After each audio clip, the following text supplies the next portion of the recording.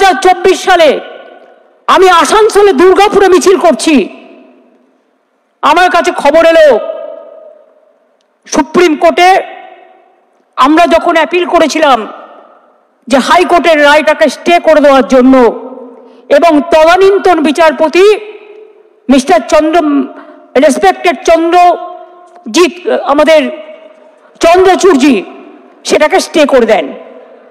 অর্থাৎ হাইকোর্ট থেকে যে ভবিষ্যৎটা অনিশ্চিত হয়েছিল সেই ভবিষ্যৎটা তিনি নিশ্চিন্ত করে দেন। তারপর আবার দেখলাম আরেকজন বিচারপতি এলেন, একজন প্রধান বিচারপতির একটা রায়কে আর একজন প্রধান বিচারপতি সম্পূর্ণভাবে যোগ্য অযোগ্য না দেখে বাতিল করে দিলেন।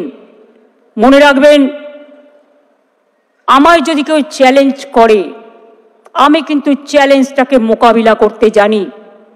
আমি কোর্টকে বলছি না, এটা কোর্টের দোষ নয়, দোষ তো সেই মুখ আর মুখোশদের যারা আপনাদের নিয়ে খেলা করেছে। বাট আমি একটা কথা বলতে চাই, আমি বেঁচে থাকাকালীন যোগ্য প্রার্থীদের কারো চাকরি কেড়ে নিতে দেব না। It is my commitment.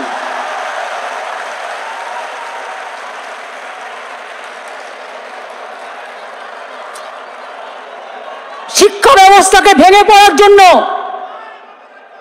ভেঙে ফেলে দেওয়ার জন্য, শিক্ষা ব্যবস্থাকে ভেঙে ফেলার জন্য একটা চক্রান্ত চলছে, একটা পরিকল্পনা চলছে।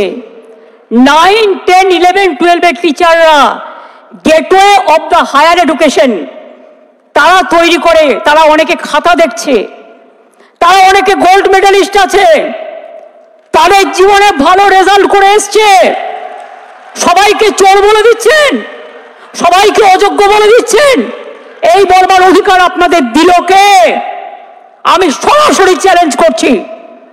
আর এই রায়ের পেছনে কিছু খেলা তো নেই। সেই খেলাটা কে খেলেছেন? একজন প্রধান বিচারপতি স্টে করে দিচ্ছেন। আমরা তো মনে করি আইনের সম্মান একজন যেটা করে, উচ্চ আদালতের সর্বোচ্চ আদালত ন্যায় দেবেন, এটাই আমরা আশা করি।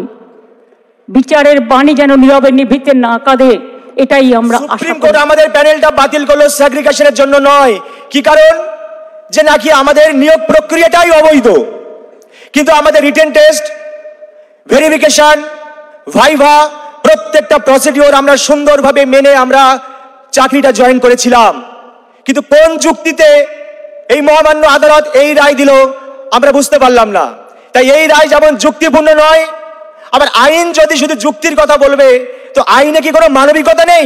তাহলে যে আইনের মধ্যে কোনো মানবিকতা নেই সেই আইনটাকেই আমরা মানি না, এই আইনটাকে কোনোভাবেই আমরা মানতে পারবো না। ক্লারিফিকেশন চাইবো কোর্টের কাছে ফার্স্ট, যে তারা আজকে কি করবেন।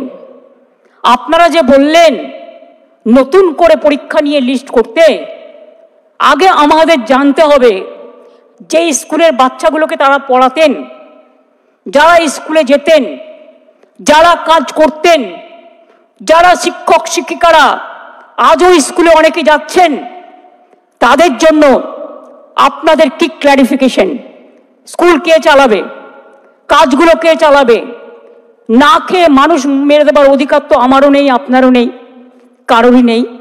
তাই এইটার ব্যাপারে আমার অনুরোধ, যারা চাকরি দিতে পারবেন না তারা যেন চাকরি কেড়ে না নেন, এটা নিশ্চিন্ত করবার জন্য যা করার এডুকেশন ডিপার্টমেন্ট করবে। আদালতের রায় বেরোনোর 15 মিনিটের মধ্যে আমি নিজে চিফ সেক্রেটারি এডুকেশন ডিপার্টমেন্টকে দিয়ে ডিটেলস মিটিং করিয়েছি এবং আমরা আমাদের প্রসেস শুরু করতে বলেছি। আদালতের রায় বেরোনোর 2 ঘন্টার মধ্যেই চিঠি পাঠানো হয়েছে কমিশনকে। আমার বিশ্বাস, আমি আপনাদের বলছি, আমি এখন ভবিষ্যতেটাও বলে রাখছি, ধরুন ক্লারিফিকেশনে বলে দিল না চাকরি করা যাবে না যতক্ষণ পর্যন্ত ফ্রেশ অ্যাপয়েন্টমেন্ট সম্মানের মধ্যে দিয়ে, জীবন জীবিকার মধ্যে দিয়ে। চিন্তা করবেন না, আর কেউ কারো উস্কানি শুনে, প্ররোচনা শুনে প্লিজ দয়া করে প্ররোচিত হবেন না। মনে রাখবেন, মাথার উপরে আমরা আছি, মামাটি মানুষের সরকার আছে, কারো প্রতি কোনো অবিচার আমরা করব না। এটা আমি কথা দিয়ে গেলাম, এটা আমি কথা দিয়ে গেলাম, এটা আমি কথা দিয়ে গেলাম। আমি জানি আপনারা কার কথা শুনতে চাইছেন, তিনি এসে কথা বলবেন। আমি 2 মিনিটে একটি ছোট্ট কথা আপনাদের বলি। 2 মিনিটের একটি লিখিত অংশ। মাননীয় মুখ্যমন্ত্রী মমতা বন্দ্যোপাধ্যায়ের দিকে আমরা আজ তাকিয়ে আছি। তিনি সেই অভিভাবক যিনি আপনাদের দিশা দেখাতে পারেন, যে দিশা একই সঙ্গে মানবিক এবং আইনানুগ হয়ে এই ক্রান্তিকালে বাতিঘর হয়ে উঠবে। আপনাদের চোখের জল আমাদের সবার চোখকে সিক্ত করে চলেছে। আপনাদের হাহাকার আমাদের বিদীর্ণ করে চলেছে। আমরা ঘুমোতে পারছি না। অন্যদিকে কিছু হিংস্র মানুষ বাংলাকে বিপদে ফেলে আপনাদের পথে বসিয়ে বাংলার সম্মান ভুলুণ্ঠিত করে আজ উল্লসিত। বাংলার মুখ কালো করাই তাদের জীবিকা। আজ আমাদের সেই দিন যখন চোখ মুছে মাথা তুলে ধ্বংসস্তূপ থেকে উঠে দাঁড়াতে হবে।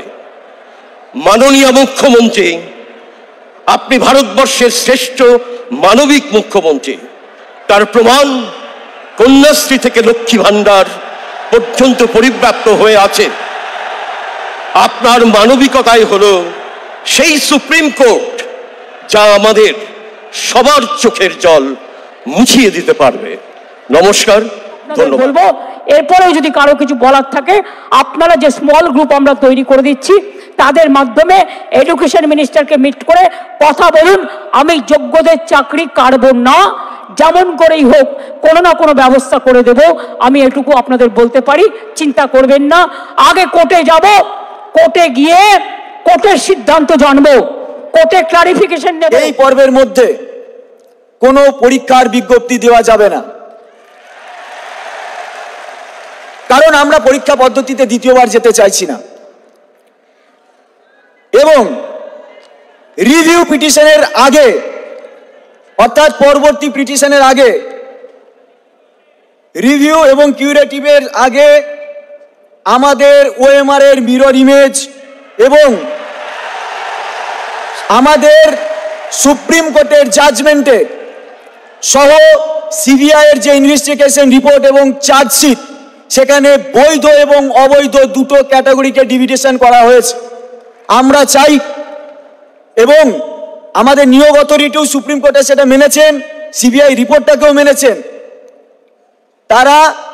তার মানে মেনেছেন যে যারা বৈধ তাদের পক্ষে আমরা আছি, তাই বৈধদের একটা পরিচ্ছন্ন তালিকা নিয়ে রিভিউ পিটিশনে যেতে হবে। এবং রিভিউ পিটিশনের সময় আমরা গভর্নমেন্টের কাছে আবেদন করছি, অথরিটির কাছে আবেদন করছি, কি করছেন বা কেমন ভাবে চলছেন আমাদের সঙ্গে একটু ডিসকাশন করতে, কারণ আমাদেরও আইনজীবী আছে।